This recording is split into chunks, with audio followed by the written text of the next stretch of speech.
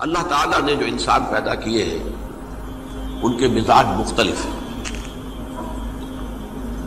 ان میں کچھ لوگ ہوتے ہیں جو قوی ہوتے ہیں ارادے کے، جو فیصلہ کر لیا ڈٹ گئے. کچھ لوگوں میں وہ قوت ارادی اتنی مضبوط نہیں ہوتی، وہ ادھر ادھر سوچتے رہتے ہیں. کچھ لوگ جسمانی طور پر بہت توانا ہوتے ہیں، کچھ لوگ جسمانی طور پر پیدائشی طور پر کمزور ہوتے ہیں. تو اگر کوئی قوت ارادی کمزور رکھنے والا شخص ہے، وہ بھی تو اللہ کی تخلیق ہے، اللہ کا بندہ ہے، خطاؤں کا ظہور ہو جاتا ہے، توبہ کرتا ہے، پھر کچھ عرصے کے بعد پھر خطا کا ظہور ہو جاتا ہے، پھر توبہ کرتا ہے. تو ہم تو یہ سمجھیں گے کہ ایک حد کے بعد پھر اس کی توبہ قبول نہیں ہونی چاہیے. لیکن حدیث سنیے. وعن ابی ہریرہ رضی اللہ تعالی عنہ قال قال رسول اللہ صلی اللہ علیہ وسلم ان عبدا اذنب ذنبا، یقیناً ایک بندہ جو ہے وہ ایک گناہ کرتا ہے. فقال، پھر وہ کہتا ہے رب، اے میرے پروردگار، اذنبت فاغفر لی، مجھ سے گناہ ہو گیا ہے، مجھے معاف فرما دے. فقال ربہ، تو پروردگار یہ کہتا ہے اعلم عبدی ان لہ ربا یغفر الذنب ویأخذ بہ، میرا یہ بندہ یہ جانتا ہے کہ اس کا ایک رب ہے جو گناہ معاف بھی کر سکتا ہے اور سزا دے بھی سکتا ہے. کیا معنی ہوئے؟ گناہ اس نے کیا ہے لیکن جانتا ہے اللہ کو کہ وہ معاف بھی فرما سکتا ہے، تبھی تو وہ اللہ سے معافی کی درخواست کر رہا ہے.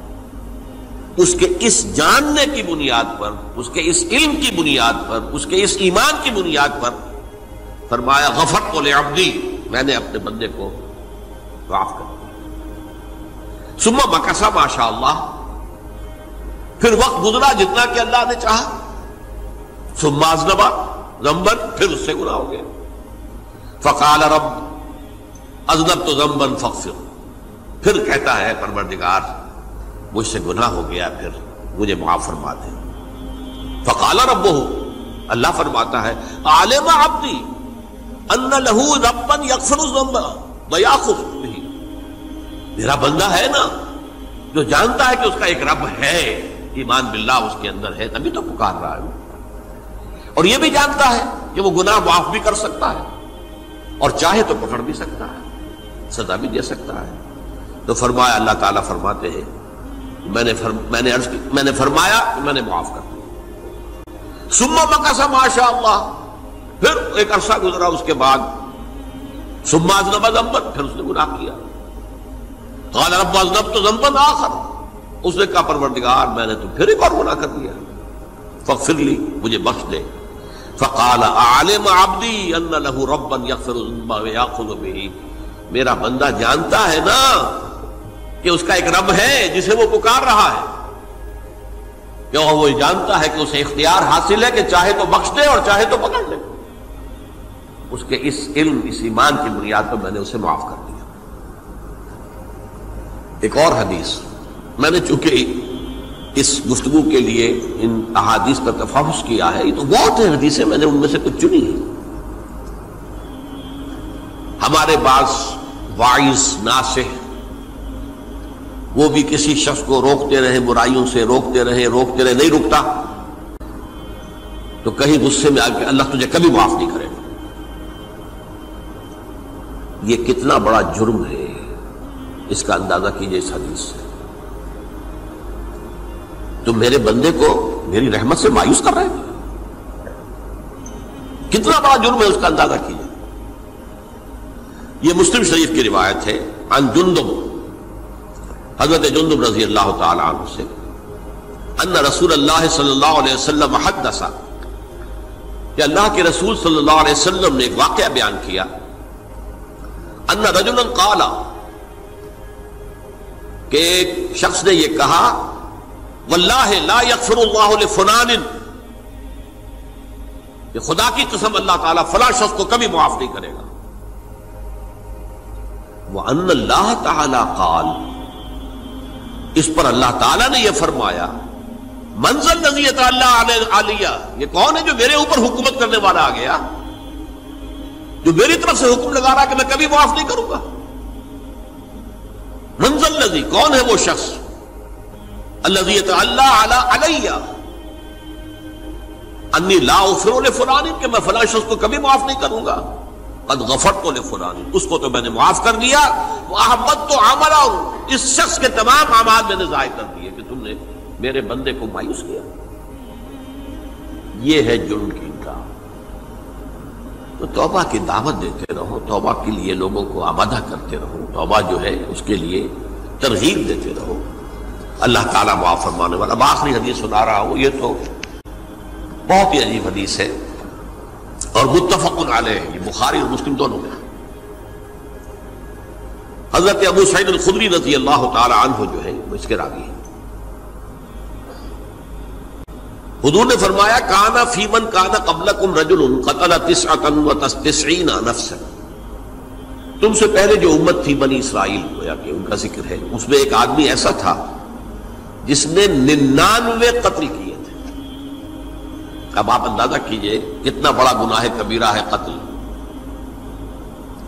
قرآن مجید میں آتا ہے وَكَأَنَّمَا قَتَلَ النَّاسَ جَمِيعًا، اگر ایک انسان کو بھی ناحق قتل کر دیا گیا تو یہ ایسی ہے گویا کہ اس نے پوری نوع انسانی کو قتل کر دیا، اس نے 99 قتل کیے۔ فَهَلْ لَهُ مِن تَوْبَةٍ، پھر اس کے بعد یہ ہوا کہ اس کے اندر توبہ کا جذبہ پیدا ہوا۔ فَسَأَلَ عَنْ أَعْلَمِ أَهْلِ الْأَرْضِ، تو اس نے پھر سوال کیا، لوگوں سے پوچھا کہ زمین میں رہنے والوں میں کون سب سے بڑا عالم ہے؟ فَدُلَّ عَلَى رَاهِبٍ، تو اسے بتایا گیا فلاں راہب فلاں جگہ پر ہے، وہ بہت نیک ہے، بڑا عالم ہے۔ فَأَتَاهُ، وہ اس کے پاس آیا، فَقَالَ أَنَّهُ قَتَلَ 99 نَفْسًا فَهَلْ لَهُ مِن تَوْبَةٍ، انہوں نے کہا دیکھیے راہب صاحب، میں نے 99 انسان قتل کیے، اب مجھے یہ بتائیے کہ میرے لیے توبہ کا کوئی امکان ہے؟ فَقَالَ لَا، انہوں نے کہا نہیں۔ فَقَتَلَهُ، اس نے اس کو بھی قتل کر دیا۔ فَكَمَّلَ بِهِ 100، اپنی سینچری مکمل کر لی، مطلب 99 کے بعد ایک کی کسر تھی، اس کو بھی قتل کیا، 100 پورے کر لیا۔ ثُمَّ سَأَلَ عَنْ عَالِمِ أَهْلِ الْأَرْضِ، پھر اس نے پوچھا کوئی اور کوئی بڑے عالم انسان ہو۔ فَدُلَّ عَلَى رَجُلٍ عَالِمٍ، پھر اس کی رہنمائی کی گئی ایک بڑے عالم شخص کی طرف۔ فَقَالَ إِنَّهُ قَتَلَ 100 نَفْسٍ، تو اس نے وہاں جا کر کہا کہ میں 100 انسان ہلاک کر چکا ہوں، قتل کر چکا ہوں۔ فَهَلْ لَهُ مِن تَوْبَةٍ، میرے لیے توبہ کا کوئی امکان ہے؟ فَقَالَ نَعَمْ، کہا کیوں نہیں، 100 قتل کیے تب بھی کیا ہے، توبہ کا راستہ دروازہ کھلا ہوا، مَا لَمْ يُغَرْغِرْ، جب تک کہ وہ گھنگرو نہیں بج رہا، اس وقت تک تمہارے توبہ کا دروازہ کھلا ہوا ہے۔ فرمایا نعم، وَمَن يَحُولُ بَيْنَهُ وَبَيْنَ التَّوْبَةِ، تمہاری توبہ کے درمیان اور تمہارے درمیان کون حائل ہو سکتا ہے؟ توبہ کا دروازہ کھلا ہے۔ لیکن ساتھ ہی کہا انطلق الی ارض کذا و کذا، اب تم ایسے کرو جہاں تم رہتے ہو وہاں نہ جاؤ واپس، وہاں کا ماحول اچھا نہیں ہے، معاشرہ اچھا نہیں ہے، ہو سکتا ہے کہ تم توبہ پر قائم نہ رہ سکو، تم فلاں جگہ چلے جاؤ، وہاں اچھے لوگ آباد ہیں، ان میں جا کر رہو۔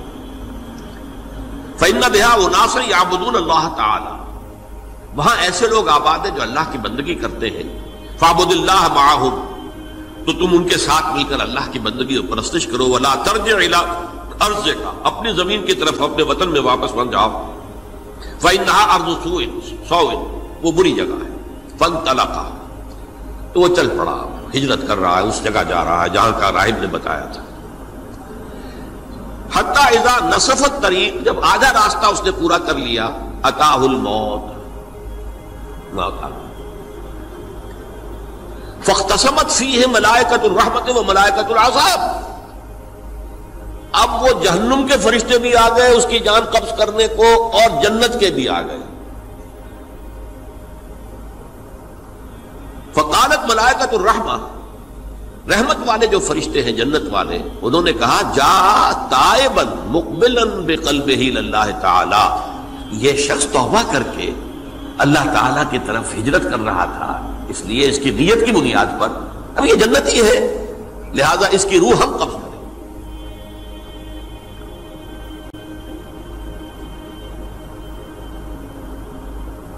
وقالت الملائکۃ العذاب، اور وہ جو عذاب والے فرشتے ہیں وہ کہیں گے انہ لم یعمل خیرا قط، تو نے توبہ کے بعد کوئی نیک عمل تو کیا ہی نہیں، تو کس بنیاد پر اس کو تم جنت میں لے جاؤ گے؟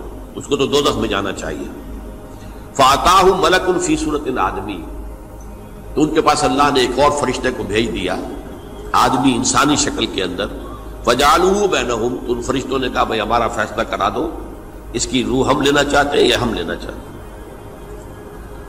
انہیں حکم بنا لیا۔ فقال قیسوا ما بین الارضین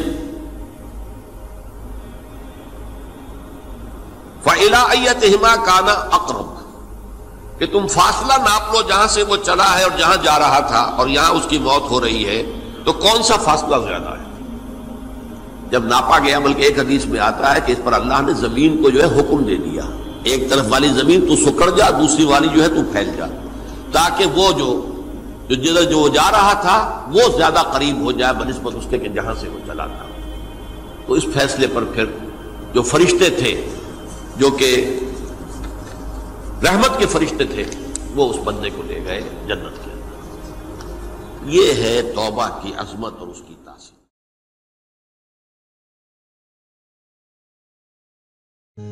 رب رب کر دے بڈھے ہو گئے اتے ملا پنڈت سارے، رب دا کھوج کھرا نہ لبا اتے نہ کیتے بئی